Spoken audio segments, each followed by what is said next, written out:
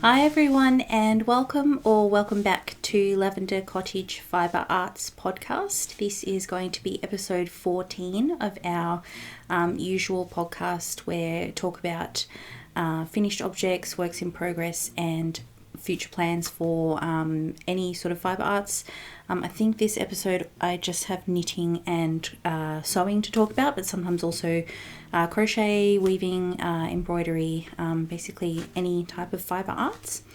My name is Anna and I am coming to you from Melbourne or Naarm, and that's the traditional lands of the Wurundjeri people of the Kulin nation, and I would like to acknowledge and extend my respect to their elders past, present and emerging, as well as any Aboriginal or Torres Strait Islanders who may be watching this video today.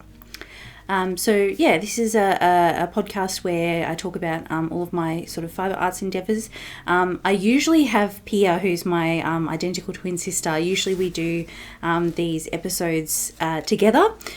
Pia's fine and she hasn't quit the podcast or anything, but she is at the moment in the process of preparing to do a hike in the Northern Territory in the northern part of Australia, which I think from memory it's about a 5-night hike, and she's doing it in just a couple of weeks' time. So she's just really busy at the moment with preparing for the trip, because obviously she has to carry all of her equipment and have, a stove for cooking things and tent and sleeping bag and all of that stuff.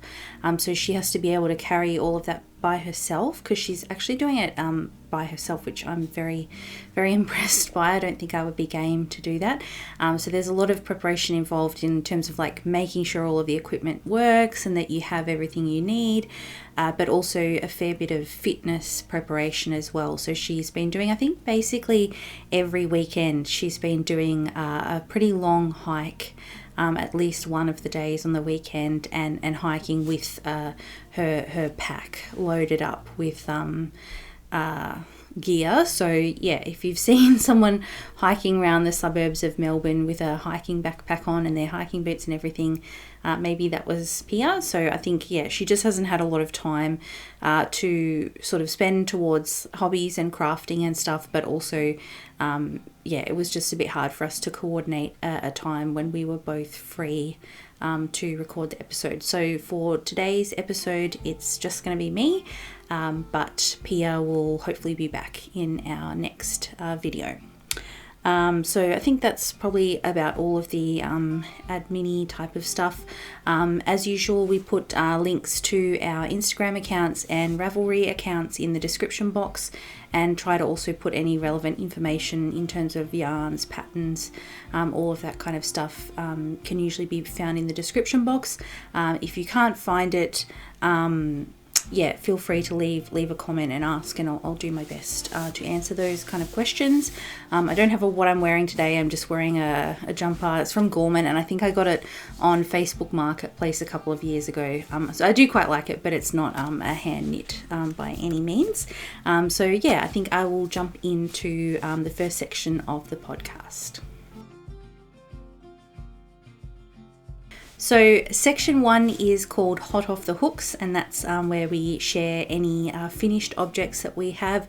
So could be hot off the hooks, could be hot off the needles. Pia does some ceramics as well, so sometimes hot out of the kiln, I suppose. But today I have a couple of knitting finished objects, and I've actually done some sewing for the first time in a while. So I think I'll show you the sewing ones first. If you follow my Instagram account, you probably have seen these already.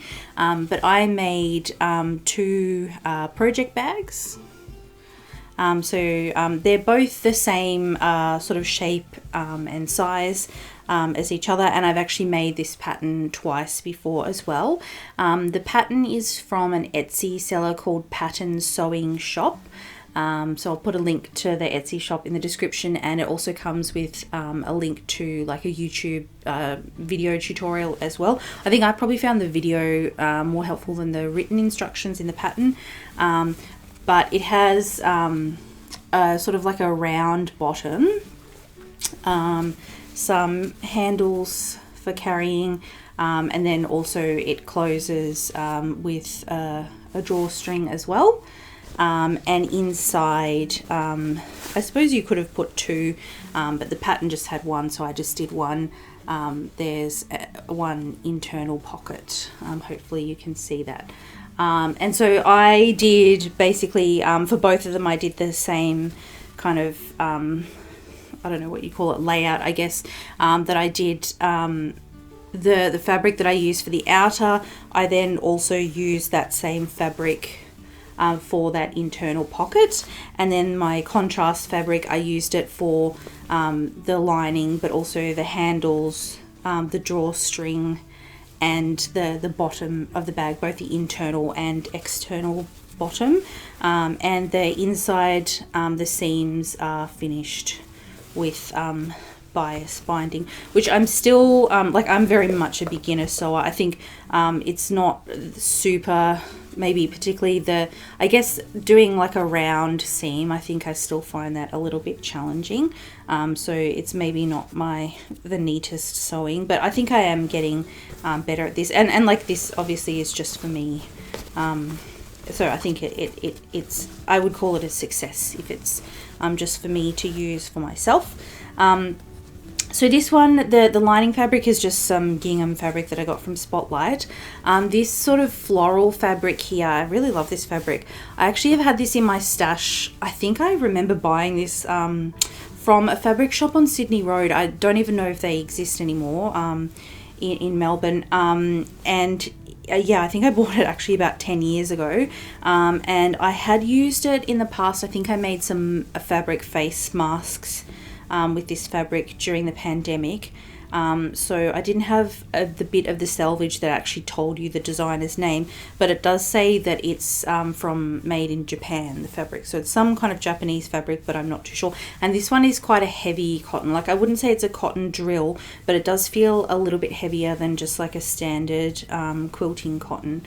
Yeah, and it's just got all these different circles with like different floral patterns, and yeah, Pia actually said she really likes this fabric, and I think I have just enough fabric of that to actually make one more bag, so I probably will make a bag for her as well. I was going to make her a bag, and I sort of said like what type of like vibe I guess would you like for the bag, like do you want like floral, geometric, like super colorful, neutral? And she was like floral, and then I looked at my stash and I was like, ooh, that's probably like 70% of my fabric stash is floral fabrics.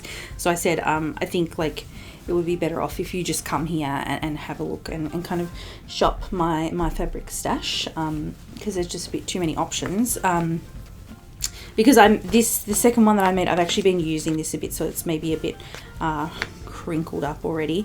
But this fabric is also floral, but she said that this was maybe not so much her cup of tea. So I'll hold the fabric up a little bit closer.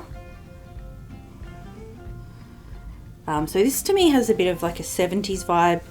I got this floral fabric at Spotlight. They said it was Liberty fabric, but I didn't actually know that Spotlight had Liberty fabric, so I'm a bit unsure whether it's like official Liberty fabric or if it's just like in the style of Liberty fabric maybe.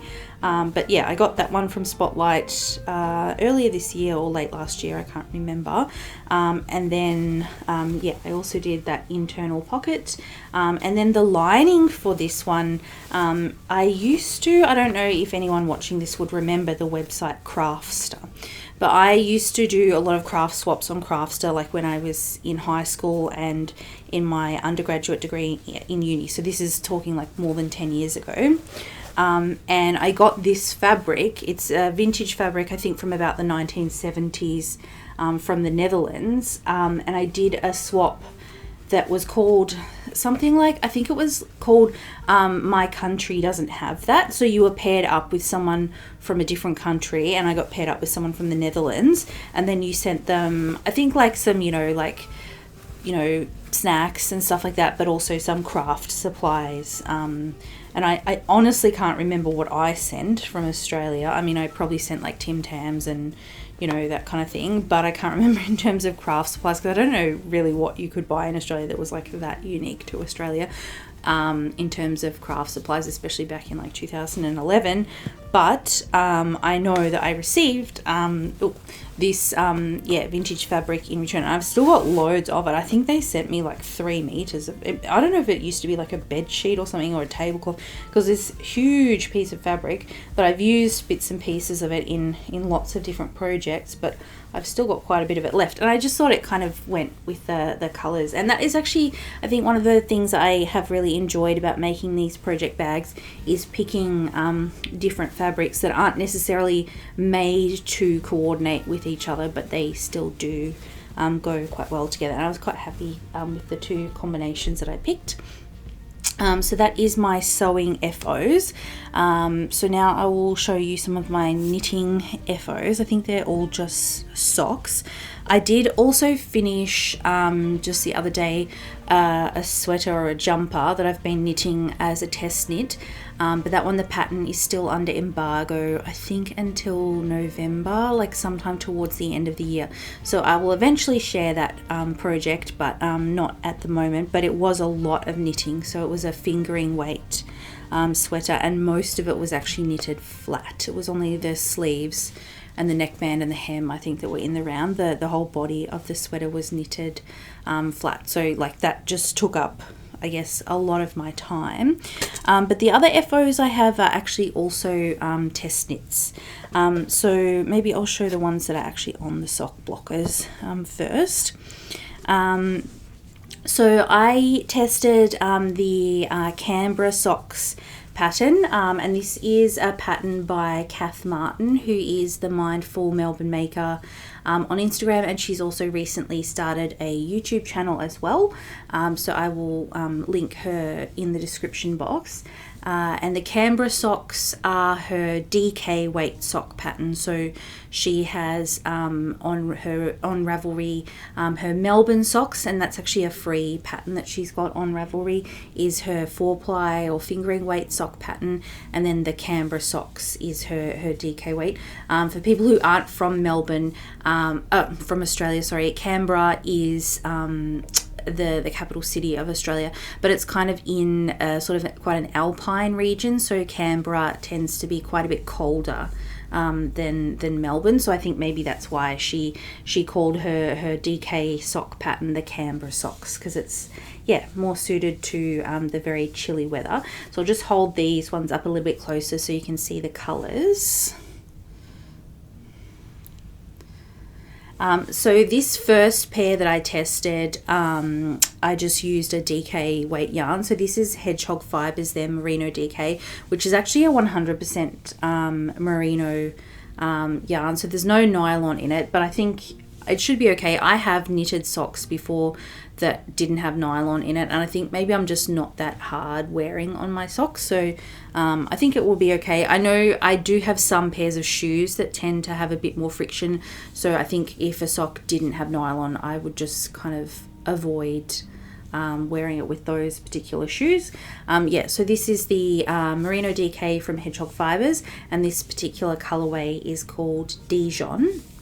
And I should say, in Kath's the Canberra sock pattern, it's actually quite, like, it's not really just one pattern. It's sort of like multiple patterns in one. I think there are 3 heel flap options. So I just did the traditional sort of slip stitch heel flap. There's also 2 heel turns, a French and a Dutch heel turn. I did the French heel turn, I think. And she also does give you some guidance for an afterthought heel, I guess, if you're using maybe a self-striping yarn.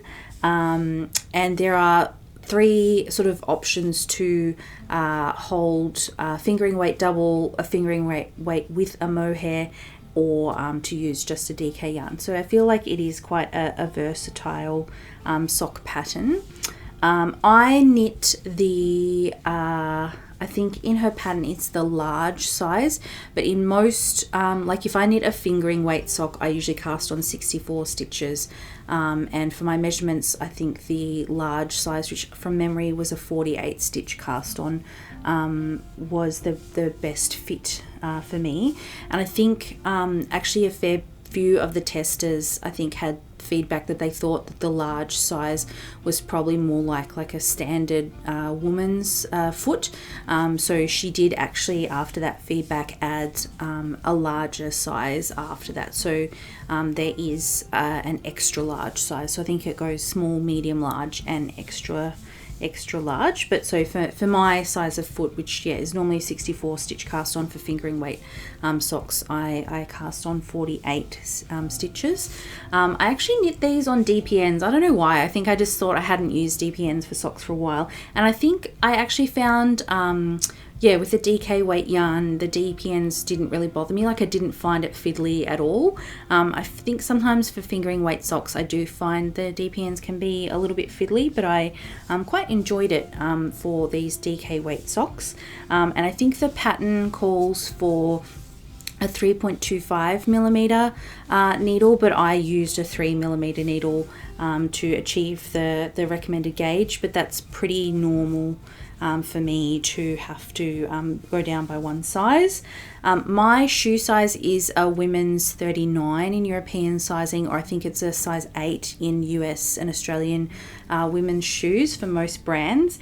And I think I knit 18 or 15 rounds for the cuff. I might just look in my notebook and how many rounds for the leg, and then with my shoe size. The reason I'm saying that is because I just made it with a single skein of DK weight yarn, and I think when I weighed them, it was actually about 108 grams. So the skein was a little bit over 100 grams. So I think if I did these again with and I only had one skein of DK yarn, I think I probably would knit the leg. Like, I like the leg length, but I think just to be on the safe side that I'm not going to run out of yarn, I might knit the leg or the cuff just a couple of rounds shorter, just to guarantee that I've got enough yarn. So that was the first pair, and then I knit another pair, just also because, I don't know, DK weight socks. These two are actually the first pair of DK weight socks I've ever made, and they just knit up so fast. So it was kind of a bit I guess you could get addicted, I think, to making DK weight socks, because it is quite satisfying that you can complete a project. So these socks I did using holding 2 strands of fingering weight together, and I knit it as a marled fade. And these socks I actually made for my mum, so they're her Mother's Day present. So it was good that they knit up quite fast, because I sort of did leave it a little bit to the last minute. So how I did the fade is sort of the standard way. Like, you start with 2 strands of colour A, then you drop 1 strand of colour A, introduce colour B, drop colour A, introduce second strand of colour B, etc., etc. And how I calculated how I wanted to kind of, I guess, set up the fade, I guess. I don't know if this is super obvious to people or if anyone finds this useful, but I basically added up I added the cuff, leg, gusset, foot and toe together, and kind of calculated how many rows I would have for the entire sock. And I decided that I wanted to do 5 rows per sort of section, I guess. So I needed to make sure that the total number of rows in the sock was a number that's divisible by 5, and I guess the only way that you can really alter those numbers is by either increasing or decreasing the length of the leg or the cuff. You can't really alter the gusset or the foot length, otherwise it's going to alter the fit, but you can kind of alter the leg and the cuff length pretty easily. So I think I came up with 135 rows, I think, for my entire sock. So that was going to be 27 sections, so 27 times 5 is 135. And I worked out, I think if you have an odd number of sections, it means that you will be able to start the fade with 2 strands of the same colour and also end with 2 strands of the same colour. So I don't know if you can see the toe there at the very end, I have 2 strands of the same color, whereas like in this section here I've got 1 of each, here. Like you can kind of see in what sections you have like two strands of the same color, and in what sections you have two strands of two different colors. Hopefully that is yeah, I don't know if I'm explaining myself very well. I hope I am.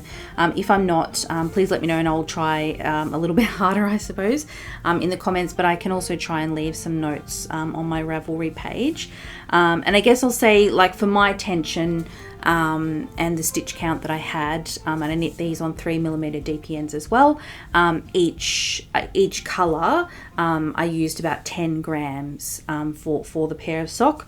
Obviously in the gusset section, and I did sort of like the end of the leg and the whole heel flap in the same, like I just treated that kind of whole thing as one section, and then I think I started a new section when I did the heel turn. So then when I picked up the stitches for the gusset, I was in a new section, if that makes sense. Because I knew for this particular yarn and then this particular yarn here, I had quite a bit of those colours because they were leftovers from other socks that I had knit. But most of the other colours were actually from some scrap packs from Little Woollie Makes. So I have this like super long-term whip that I'm making this crochet linen stitch square blanket with scrap packs from Little Woolly, but it has, the vibe of that is very sort of bright and colourful. So in my scrappy packs I did have a few 10-gram colours like this one, for example, that are like quite sort of pale neutral leaning, like this one here that's kind of like pink and green, and it just, like, I like those colours, but it just doesn't really go with the vibe that I'm aiming for with my blanket. So I thought I would use some of those like more muted colours, and I've tried to achieve like a sort of a pink to purple to blue to green fade with these socks. And I actually had a lot of fun doing like a marled fade. Yeah, it was quite fun, because I guess like it's a bit like knitting stripes, I guess, that you just kind of always want to get into the next section and see how these two different colours kind of going to play together, and what sort of new colour are they going to create. So yeah, these are my Mother's Day present for my mum. She actually hasn't worn them yet, but I borrowed them off her to show on the podcast. But my mum also, she's always saying that she has cold feet, so that's why I thought for Mother's Day she would like a really, really warm pair of socks, and they do feel quite nice. So I think that was all I wanted to say about those two. And so I will just have to, because I only have 2 pairs of sock blockers, my last FO is another pair of socks, so I'll just take these off the blockers. So this FO is a test knit that I did, and I think I showed these already as a whip maybe in our last episode, or if it wasn't a whip, it was at least a dream weaving. So these are the O Me Miserum socks, which I did look up is Latin for O Wretched Me. And it's a pattern by a New Zealand based designer, and her name is Jess Thompson, but her Instagram is Knitten Knotten. So I'll put the link to that, and it's Knitten spelt like CNYTTAN, I think is how you spell it, but I will put it in the description box just to be sure. But these, it's kind of a FO, but it's kind of a hoe as well. So this is my finished sock, and this is the yarn. It is a tonal from HeatherMaid. It's her luxury sock base, which I think I've got it written down, is an 80/20. Yes, it's an 80/20, and the colorway is Grasshopper. And the reason that I'm actually kind of considering this hoe instead of a fully finished object is because I knit. I didn't get gauge. It's recommended to use a 2mm needle, and I usually have to size down, but I used a 2mm anyway because I think I couldn't find a 1.75mm. I couldn't find those tips. And it was okay, but it was a bit tight on my ankle. So then I decided that I would actually try to knit a larger size, but I did find my 1.75mm tips. So I knit, the first one that I did was a 64 stitch cast on with a 2mm, and then this one I did is a 72 stitch cast on, but with a 1.75mm needle. And the fit is actually pretty similar. I think like I can get it over my ankle. And this sock actually uses a fleagle heel, I should say, which I hadn't done before, but that was quite fun to do, the fleagle heel. And I think the advantage, I guess, of the fleagle heel is it's it's symmetrical, so you can use it in a cuff down sock or a toe up sock. This is a cuff down sock, but it can be used in a toe up sock as well. But I just preferred, so the fit was quite similar between the two, but I just preferred the fabric that I got with the 1.75mm needle. So this is my sock that I did the 64 stitch cast on. So you can see like it's the same pattern and everything, but I want to, I'm going to frog this one and then re-knit my second sock on the 1.75. But maybe if I put it on my hand, you might actually see the pattern a little bit better. So it's got like this smocking stitch, I think is what it's called. So yeah, that was my test knit for Jess, the O Me Miserum or Miserum. I'm obviously not proficient in Latin, so I don't know how to say that. But yeah, that was my a test knit that I finished a couple of weeks ago now. So I do still need to knit this second sock again to have a pair of socks that I can wear. But I am a bit busy with other test knits at the moment. So I think I won't get around to knitting that second sock for a little while. So I think, let me just double check my notes, that was all I had to say for hot off the hooks. I guess the only other thing is for my yarnathon that I'm trying to knit or crochet a marathon's worth of yarn. Since our last episode that we had, I have knit up a total of 2,394 meters. A lot of that is from the sweater test knit that I can't show yet, so eventually I'll show that, but I'm still counting it towards how much I've used up, and that takes me to 27,650 meters, which is 64% worth of a marathon. So yeah, I think that's it for finished objects. So I'm going to have a little sip of tea and then I'll be back and show you all of my whips. Okay, so now it is time for Whip It Good, which is the segment where we share any whips or work in progress that we're working on for the moment. And I think I have 3 whips to share today, and they're all knitting, so very knitting heavy episode for this one. So my first one is just what I call like my public transport knitting. So usually on the train, I commute into the city, not every day, maybe like 3 to 4 days a week. Sometimes I try to have sort of one day where I get to work from home, just have a bit of a sleep in, but all the other days I'm commuting to work from sort of the outer suburbs into the city on the train.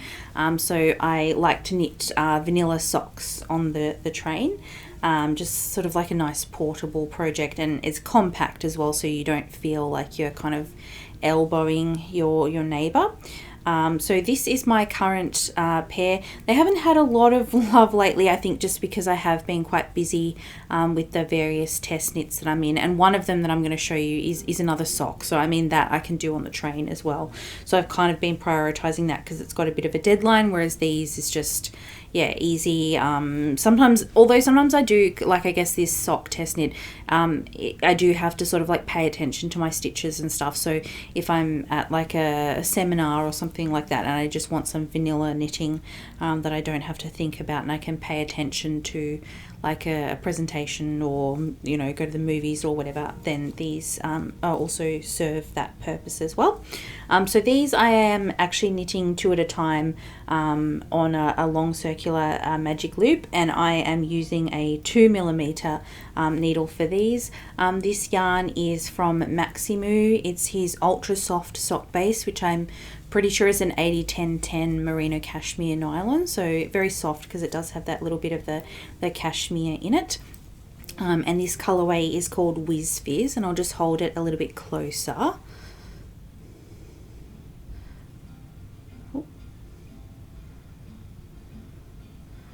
So you can see it's kind of doing this cool sort of like helical pooling effect, I guess. And I am a bit lazy, so when I knit 2 at a time socks, I don't wind 2 separate cakes. I just pull one sock from the outside of the cake and the other sock from the inside of the cake. The yarns do then like kind of twist around each other, but I just every 4 or 5 rounds or so then kind of like untwist the cake to untwist the 2 strands of yarn, and that works for me. Sometimes it gets a little bit tangled up, but never to the point that it's totally unsalvageable. And I'm just doing, I usually do a 2x2 rib for 20 rounds for the cuff. That's just kind of my default. And then I do 50 rounds for the leg, and then I do another inch and add some increases for my heel. And then do a fish lips kiss heel, and that is based on, so I did Nitty Natty's Perfect Fit socks course early last year, I think, and that is one modification that she suggests that people can do, is an inch before the heel starts to add some increases to have a little bit of extra room for your heel, just depending on like the measurements of your foot and your ankle. So not everybody needs to do heel increases, but for my foot measurements, it is recommended that I did some heel increases. So I cast on 64 stitches, but I think by the time I knit the heel, I end up having, I think, 70 stitches on the needle, and then I decrease back down to 64 in the gusset section for my foot. So yeah, that is my current sort of vanilla sock that I have on the go. I've been working on this for quite a while actually, but it doesn't bother me that maybe this will take a couple of months to get finished, because I've just been working on other things. So I'll show you my other sock project, and I hope I'm not I don't know, I do feel a bit awkward like not having, because like usually me and Pierre kind of talk to each other, so I feel a little bit weird about just talking just to the camera, but hopefully it is going okay. So this is another sock test knit that I'm doing for Jess Thompson, who's Knittin' Knotten again, and this pattern, I think I did share it in our dream weaving section in our last podcast, is called her Zig-a-Zag. I think I said Zig-a-Zig-ah in our last episode, but it's actually Zig-a-Zag-ah. So this is what I've done so far. So yeah, I just found this pattern like quite unique and interesting, because I've seen like, you know, lots of patterns will have like a zigzag effect like horizontally, like a chevron basically, but this pattern uses a very sort of clever combination of increases and decreases and then stockinette and garter to achieve this vertical zigzag pattern. So I will hold it a little bit closer. Yeah, so that's what it looks like so far. And the yarn that I'm using, I realized after I started, it's actually like very, very similar to the other socks that I just finished the test knit for her, but it's a bit different. So this one I think is maybe slightly more yellowy green, but I'll hold it up close again for you to see. I'm stupidly in the middle of I don't know why I did that. I think yesterday when the train got to the station, I was halfway through a row, so I just had to just push my needles through and just get off the train.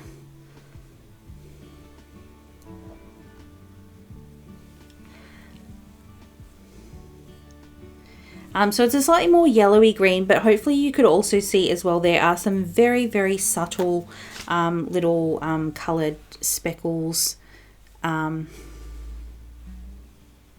throughout. And this is a yarn from Rainbows and Sprinkles, who is a Western Australian based indie dyer, and I've got the ball band. I usually put the ball band in the middle of the cake. This colorway is called Nova, and it's on her Luscious sock base, which is an 8515 superwash merino nylon. Hopefully I can get the ball band back in the cake.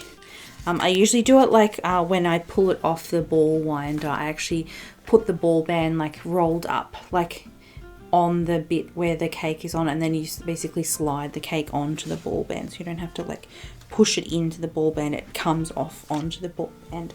I'm sure that's probably what most people do. And I should say as well, I decided to just knit this on a 1.75 millimeter, because I think Jess, for her patterns, she seems to recommend just a tighter gauge for a slightly more durable sock. And I do quite like the fabric that I'm getting with these. I don't know if for my vanilla socks I will also switch to a 1.75 millimeter needle. I think I'm still on a little bit of a journey of figuring out like what my gauge is and what kind of fabric I prefer.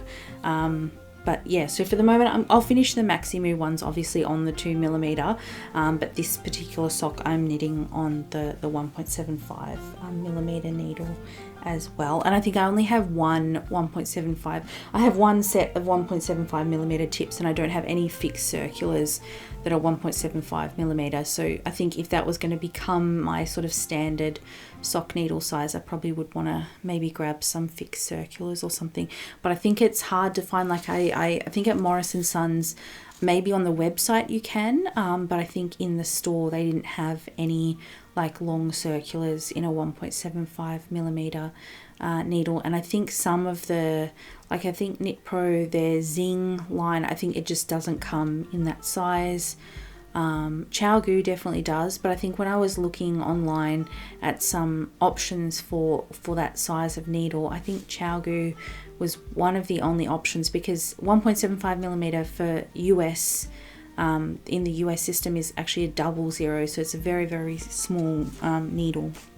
But I think I'm a very loose knitter, and I think there's not much I can kind of do about it.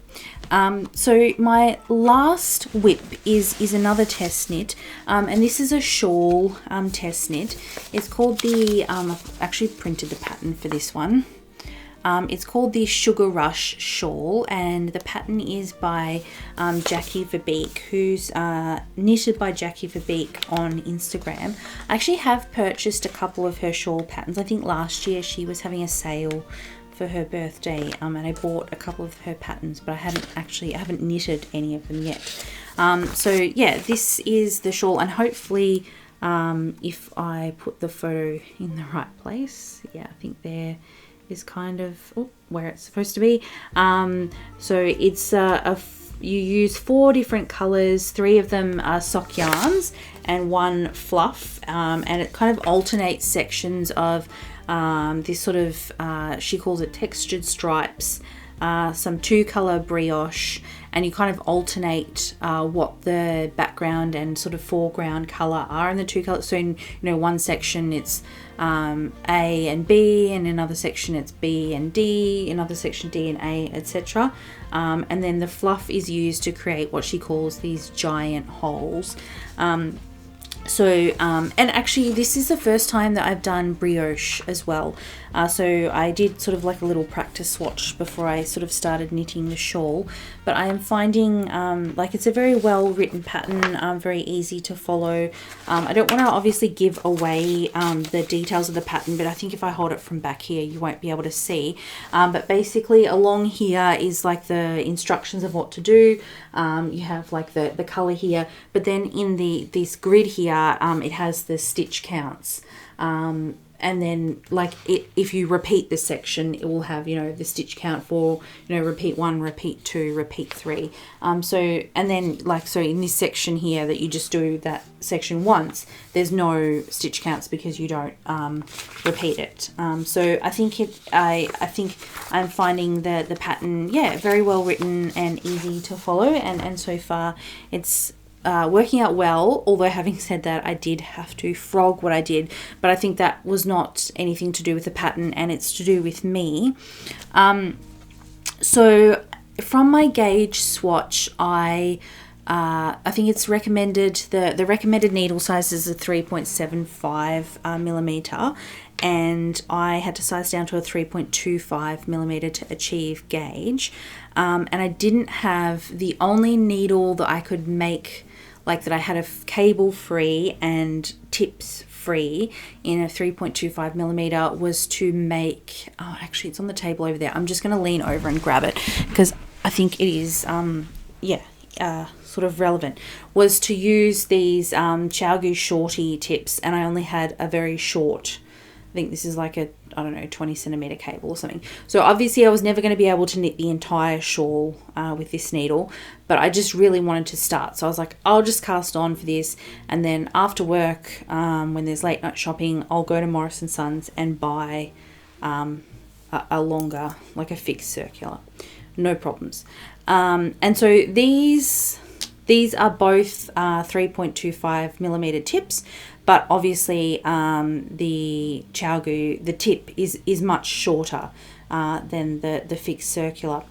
And what I found, because, and I know like some people say like the circumference of the needle can affect their tension, and I think I have found that. So on my ranunculus, I obviously used a long circular to knit the body, but then I used shorties to knit the sleeves, and I did find that my tension on the sleeves was a little bit tighter, whereas when I have tried knitting socks on a 9-inch circular, I found that my tension was looser than with Magic Loop.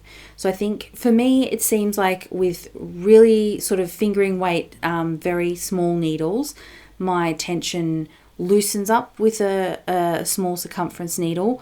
But it seems that for larger needle sizes, my tension actually tightens up a little bit on a short circumference needle. Again, my sort of saga of issues with tension is just continuing. But I think what I realised, once I transferred my shawl onto this longer needle and started knitting with it, my tension was way looser. And so I think for this, because I think in this case, I don't think the circumference of the cable is making a huge difference to my tension. I think what the issue is knitting on these really short tips. I think I knit tighter than what I do on these like a longer tip. So yeah, I feel, I don't know, I'd be interested to hear if other people have had this issue or have sort of noticed this about their knitting as well. That, yeah, it seems to be, obviously the diameter of the needle is going to impact your tension, but also the circumference of the needle, like the cable, but also I guess the tip size will change slightly, I guess how you're holding the needle, how you're positioning your hands, which is going to affect your tension. So once I switched onto this longer cable, I found that everything was a lot looser, and I actually kind of preferred just how, in particular, the first section here, with the sort of tighter tension, it was not wanting to kind of sit more or less flat. Like it probably will need to be blocked out. Oh, it definitely will need to be sort of flattened out a little bit. Like it's still wanting to curl a little bit, but with the tighter tension, it was like really curling up. And you could see in the section where I changed the needle to the long cable, just a very obvious difference in the tension. So I decided, you know, obviously I'm not going to knit the whole shawl on this, so I will just start again on this long cable and then knit the whole shawl with it. And I think I'd only done maybe 1 or 2 sections beyond this, so it wasn't that bad. The only thing is this, the section, the giant hole section with the fluff, is quite difficult to frog. So yeah, I probably hopefully will not have to go back and frog anything else. So I'll show you my color choices. So for the first color, is it gonna, yeah, there we go. I'm using a yarn from Giddy Yarns, and this colorway is called Dusk. And this is just her standard sock base. And I think I've written down that this is a 75-25 superwash merino nylon. For my second color, which is the fluff, which is what you use to create, what she calls this giant holes. I'm using some Kid Silk Mohair from Manos del Uruguay. And this colorway is just called Magenta. And I think in Jackie, in the original sample, she actually uses Hedgehog Fibres Alpaca Boucle, which is like a lace weight boucle yarn, but she said you can substitute for another sort of fluffy lace weight yarn. And I actually did all the 4 colors that I've chosen. They're from 4 different dyers, but I think they do work really well together, and they're all from my stash. So I kind of, because I'm trying to sort of not purchase so much yarn, I think I want to sort of have a rule for myself that if I want to do a test knit, that I have to be able to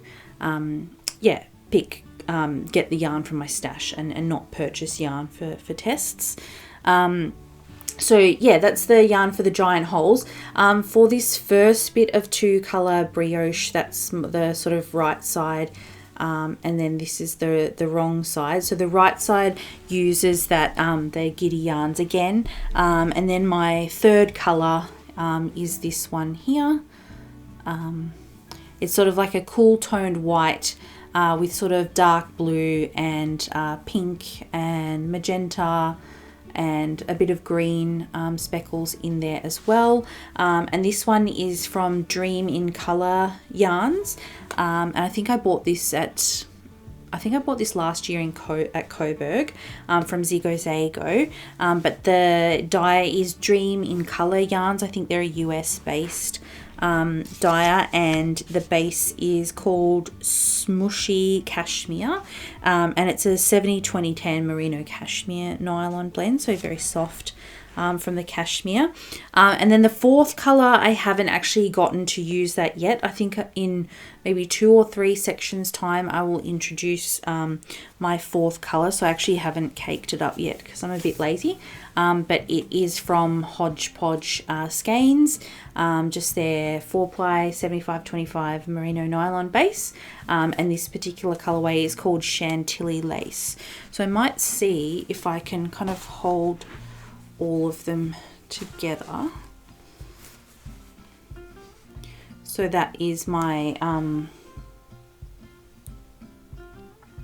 that's my color palette. So I'm quite happy with how it worked out. I think Jackie, her recommendation was if you pick like something speckled or variegated, this one that you really want to use, and then try and find colors that coordinate, sort of like more or less fairly tonal or semi-solid colors. So one speckled and the rest sort of semi-solids that coordinate with the speckles. Or you could choose like a variegated for the fluff and then kind of pick some tonals. That was kind of her advice, and she actually did make, I guess maybe from some of the other testers, she might have had questions about choosing colours as well, because she did put a reel on her Instagram, like for anybody who's thinking to purchase the pattern once it's released. She did have some advice about how to choose colors for the shawl on her Instagram. So I think that is it for whips. So I'm going to rearrange everything and then talk about any future sort of upcoming plans. So the final section of the podcast is called Dream Weaving, and this is where we share plans of any projects that we've kind of got queued up to start. Sometimes we also share purchases as well. I do have 2 purchases to share, so if looking at stuff that people have bought isn't your thing, totally understand, and hopefully we'll see you in the next episode. But if you are interested in seeing some plans that I have coming up when I get some of my whips cleared off my needles, then stick around. So I have I'm actually doing a 3rd test knit from Jess Knit and Knotten. I think I just like her sock patterns And I also just like her sort of approach towards pattern designs, that she really does prioritize. And I think I talked about this in the last episode. She does really prioritize accessibility, so making sure her patterns are accessible to people with disabilities, whether that's like a vision impairment or any other type of disability. So she really wanted to get people with disabilities to test the patterns, so that she can get feedback about making sure that her patterns are accessible. So the one that I've got coming up that I haven't started quite yet is called her Sunken Cathedral Sock, and I'll put a picture from her sort of Instagram, the promotional image. It kind of uses these cables, but like the cuff kind of like has this diagonal effect that then goes into a cable, so it does almost kind of look to me like a bit like architectural, I guess is how I would describe it.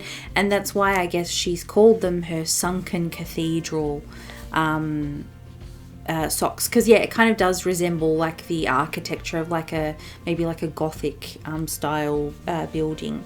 And so I was at the Coburg, the Hand and Crochet Guild of Victoria, I think it's called, their annual yarn market, and I actually saw this on Tessa's Instagram, and by the time I got there she had almost sold out. I think this was the only skein she had left of this colorway chestnut in 4-ply. So I actually bought, it's actually a non-superwash base, but I don't care, I don't wash my I hand wash all of my sort of hand knit socks anyway. I'm not going to put them in the washing machine, so it doesn't really bother me that this is non-superwash.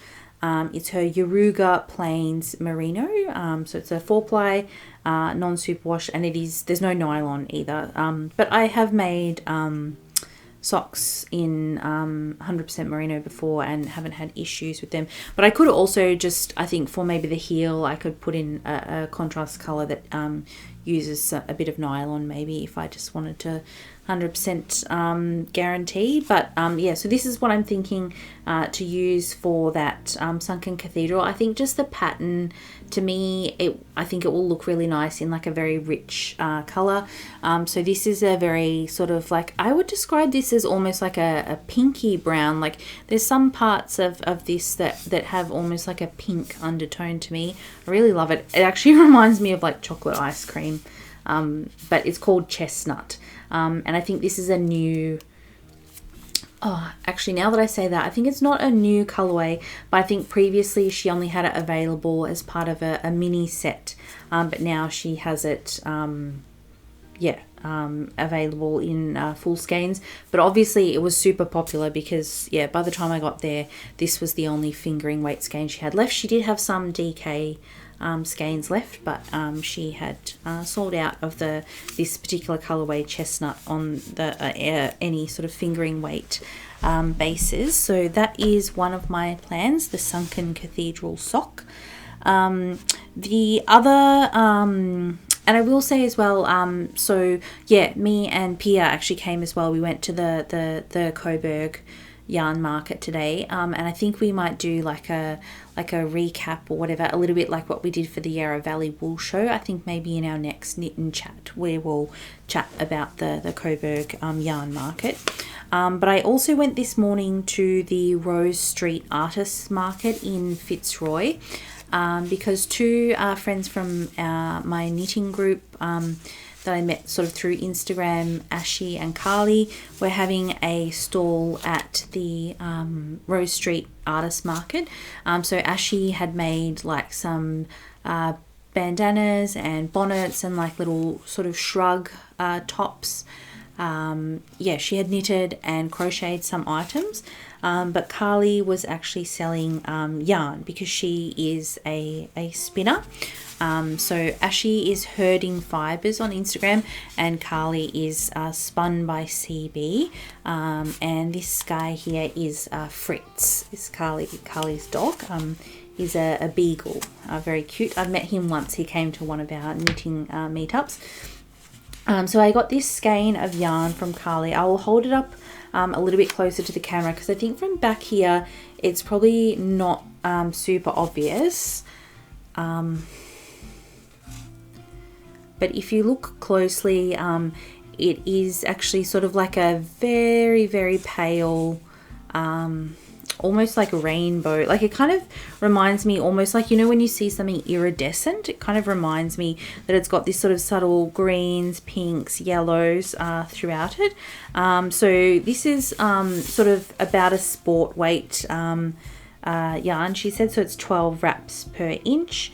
And this skein is 110 grams and 290 meters, and the colorway, she's called it Daydream number 1. I actually didn't know this, but she said all of her colorways are named after jazz songs, because she's actually also a jazz musician. So yeah, I guess people who listen to jazz may have picked up on that, but I certainly didn't. But I do like the color, and I think Daydream is like a very apt name for this skein. And so my plan for this is, hopefully I can get my act together and sort of achieve this in time. I am going camping next weekend. I'm not going on this like hike with Pierre in the Northern Territory, but next weekend is a long weekend in Melbourne, and so we're going camping near Healesville, so it will be very cold. And I don't actually own any beanies, I don't think, because I'm not really a hat person. I don't really like having things on my head, but I think I would like to have a beanie for going camping. So I think I'm going to use this to make a beanie.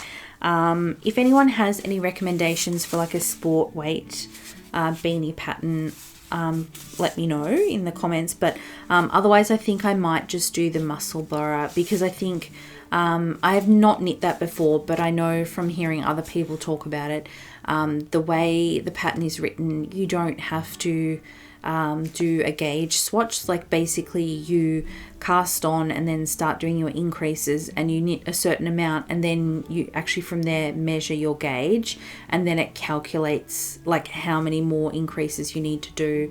So basically the start of the pattern is your gauge swatch.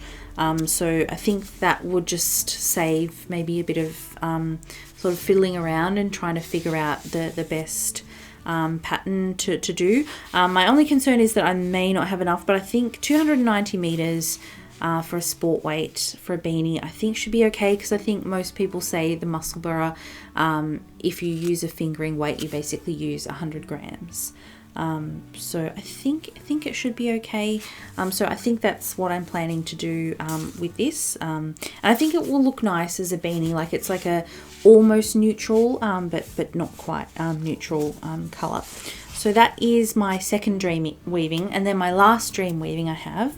I thought this would be a short episode because Pierre wasn't here, but I think maybe sometimes she stops me from talking too much about things.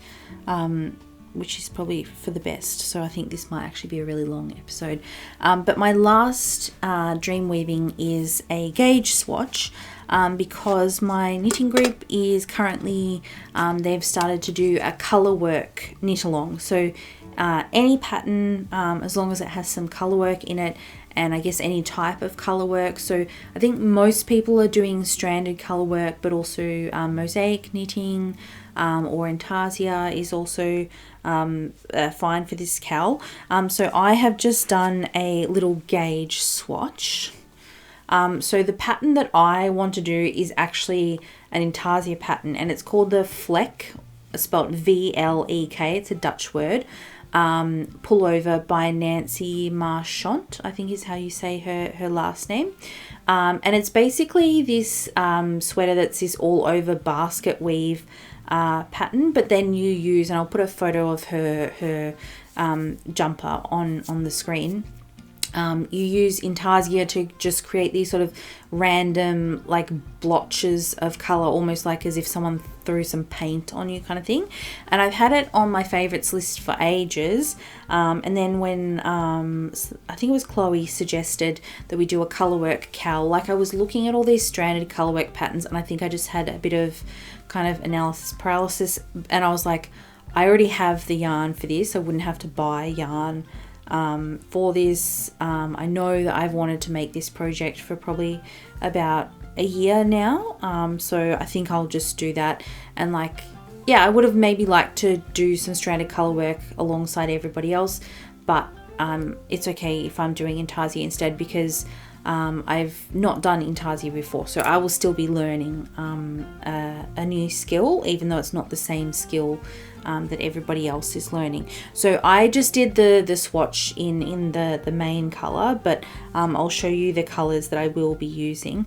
I think I actually need to redo the swatch as well, because this, I used the recommended a 4mm needle, and it's as I kind of expected it probably would be.